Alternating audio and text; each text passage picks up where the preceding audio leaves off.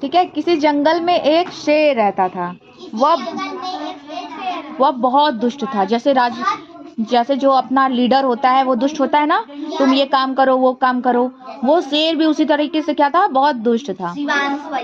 अपनी भूख मिटाने के लिए वह प्रतिदिन अनेक पशुओं को मारकर खा जाता था। शेर था तो वो क्या सोचता था, जितने भी जानवर आएंगे उनको मैं सब खाऊं। उसको भूख लगती थी तो किसी भी जानवर को खा जाता था। ठीक है, प्रजाति को भी। हाँ, अपना विनाश होता देख जंगल के सभी प्राणी चिंतित हो उठे। अब जंगल में धीरे धीरे एक एक लोगों को खाते गया तो सब लोग डर डर के रहने लगे। और फिर वो देख रहे हैं कि उनकी सारी प्रजाति प्राणी सब खत्म होते जा रहे हैं, तो उन लोगों को क्या हो गई, चिंता हो गई।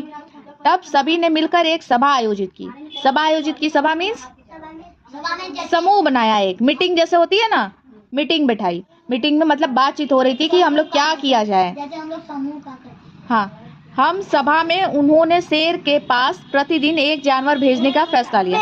उन्होंने बोला कि डर डर के रहने से अच्छा है कि एक जानवर का नाम लिख दिया जाए। रोज हम लोग खुद से एक जानवर को भेजते, नहीं तो शेर ढूंढेगा तो किसी को भी खा सकता है और सब लोगों को डर के रहना पड़ेगा। ऐसे क्या होगा, किसको पता है कि आज तो उसकी बारी है तो मैं निश्चिंत, तो मुझे नहीं खाएगा शेर। तो उन्होंने मीटिंग में ये चीज फैसला किया कि हर रोज हम लोग एक जानवर को, होगा जिसको खाने, हाँ, उसको डर लगेगा। अपना यह प्रस्ताव लेके वे डरते डरते शेर के पास गए। अब सभा खत्म हुई, लोग डरते डरते ये वाली बात पहुंचे शेर के पास लेके। उन्होंने शेर से प्रतिदिन अनेक पशुओं का शिकार न करने के स्थान पर एक पशु की भेंट स्वीकार करने की प्रार्थना की। वो बोला कि तुम अनेक पशुओं को मारते हो, किसी का आधा खाते हो, किसी को आधा छोड़ते हो। और फिर शेर की खासियत क्या होती है, वो एक बार जिस जानवर को खा लेता है और अगर उसका पेट भर गया तो दोबारा भूख लगती है तो फिर उसको नहीं खाता है, वो दूसरा शिकार करता है। वो अपने छोड़ा हुआ शिकार कभी वापस नहीं खाता, क्योंकि वो उसके लिए बासी हो जाता है, पुराना हो जाता है, फिर वो उसको नहीं खाता है। हाँ, नहीं, वो दूसरा शिकार खुद से करता है फिर से खाता है।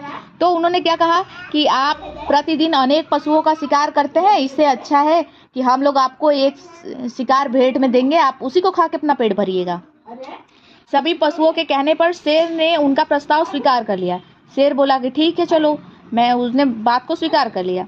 अब प्रतिदिन एक पशु शेर के पास भेजा जाने लगा। एक दिन एक खरगोश की बारी आई।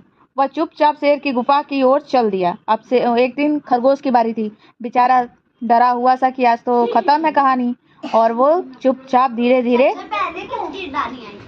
वो ऐसे एक एक प्राणी जाते रह रहे थे। एक दिन खरगोश की बारी आई, तो जब खरगोश चुपचाप जा रहा था गुफा की ओर, पूरे रास्ते वह अपने बचाव का उपाय सोचता रहा। अंततः उसे एक तरकीब सूझी। पूरे रास्ते वो सोच रहा था कुछ ऐसा हो जाए कि मैं बच जाऊं, कुछ ऐसा हो जाए कि मैं बच जाऊं। और वो जाते जाते तब तक उसके दिमाग की बत्ती जल जाती है और उसे एक तो तरकीब याद आता है।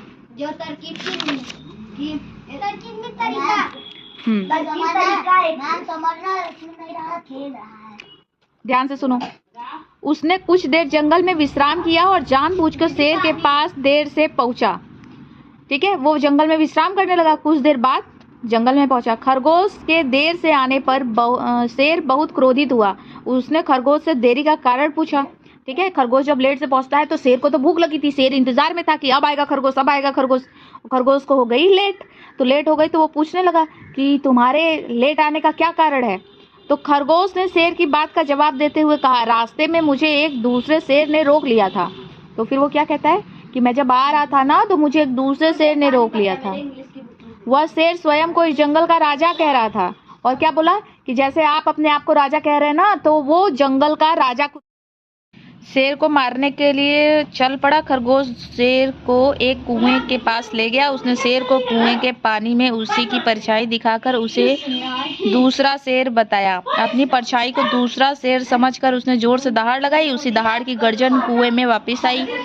उस गर्जन को सुनकर वह दूसरे शेर को मारने के लिए कुएं में कूद पड़ा। कुएं का पानी गहरा था जिसमें शेर डूबकर मर गया। शेर की मौत की खबर सुनकर सभी पशुओं ने खूब खुशियां मनाई।